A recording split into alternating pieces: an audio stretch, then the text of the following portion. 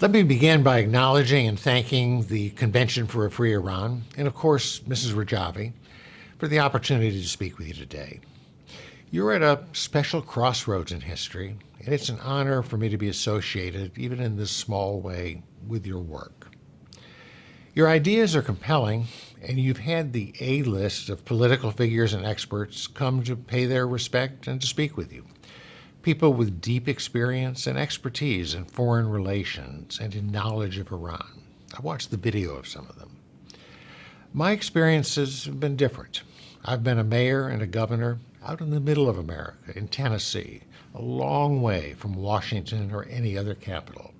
I've never been a member of Congress or worked in the executive branch of our federal government. I don't share foreign policy expertise with many of your other speakers, but we do have a common theme that's even more basic. Every one of us shares a deep belief in the dignity of every human being and in the God-given, the inalienable rights of every human being. The presence of speakers like myself from other experiences and other places underlines the growing power of your movement.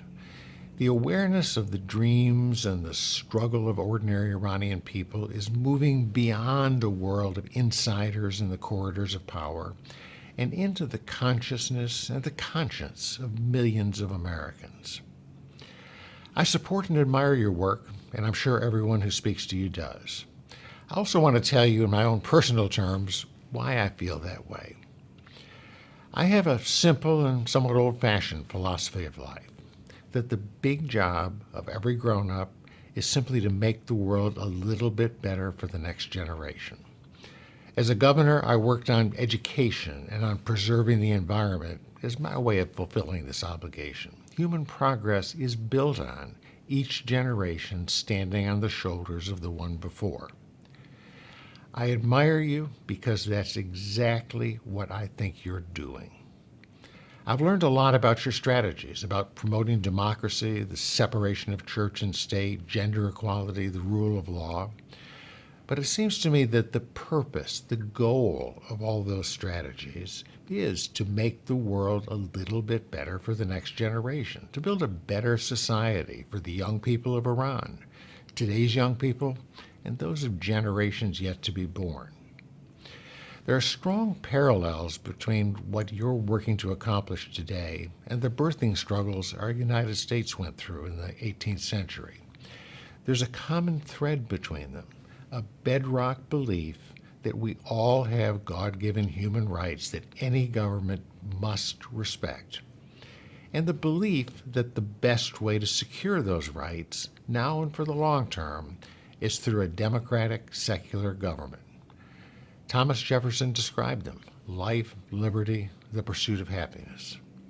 The approval of our own Constitution was delayed until these rights were further enumerated in the first 10 amendments to it, our Bill of Rights. Thomas Jefferson would feel right at home with the principles that you set down in your 10-point plan. I'm a Tennessean, and for me there's another connection between your movement and Tennessee's own history. We've sent 3 presidents to Washington over the years. Of these, far and away the most consequential was Andrew Jackson. He was a Tennessean. His home is just a few miles from where I'm sitting right now.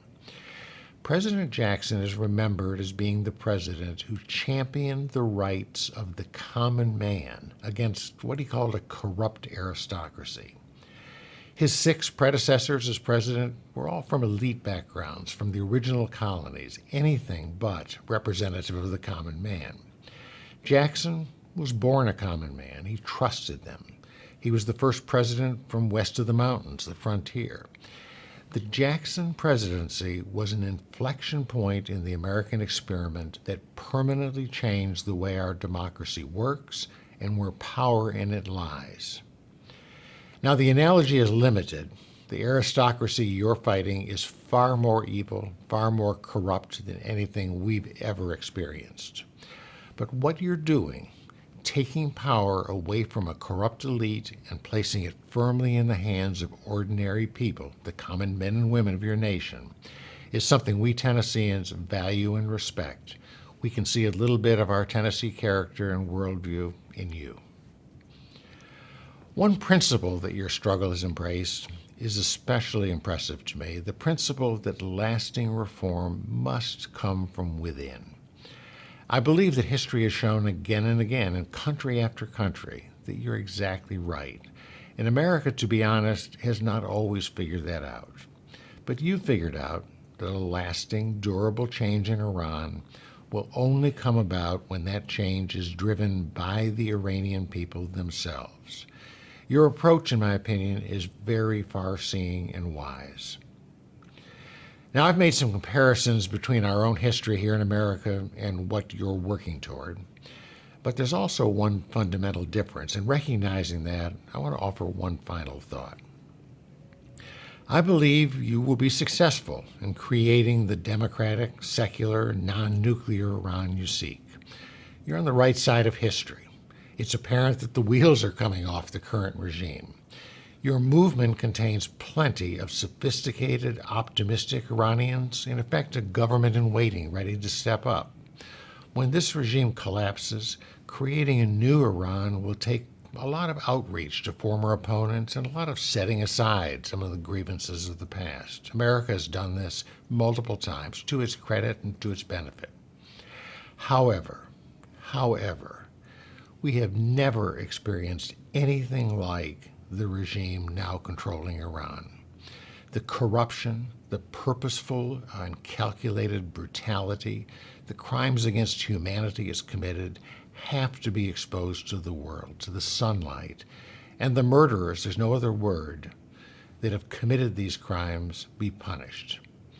This reckoning with the past must take place before you can build a new Iran, and the world will understand this. So I salute you. You're doing what I think grown-ups are obligated to do, working to make things better for the next generation.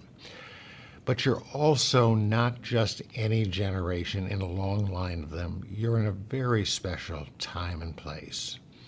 Iran, and with it the whole Middle East, is at a fork in the road. One way leads backward to more corruption, more brutality, to an even darker place. The other road, the one you're working to construct, leads to the light, a better world for the young people of Iran today and for many more generations to come, to a world where your sons and daughters will finally have their own shot at life, liberty, and the pursuit of happiness. I support you. I respect you. Godspeed.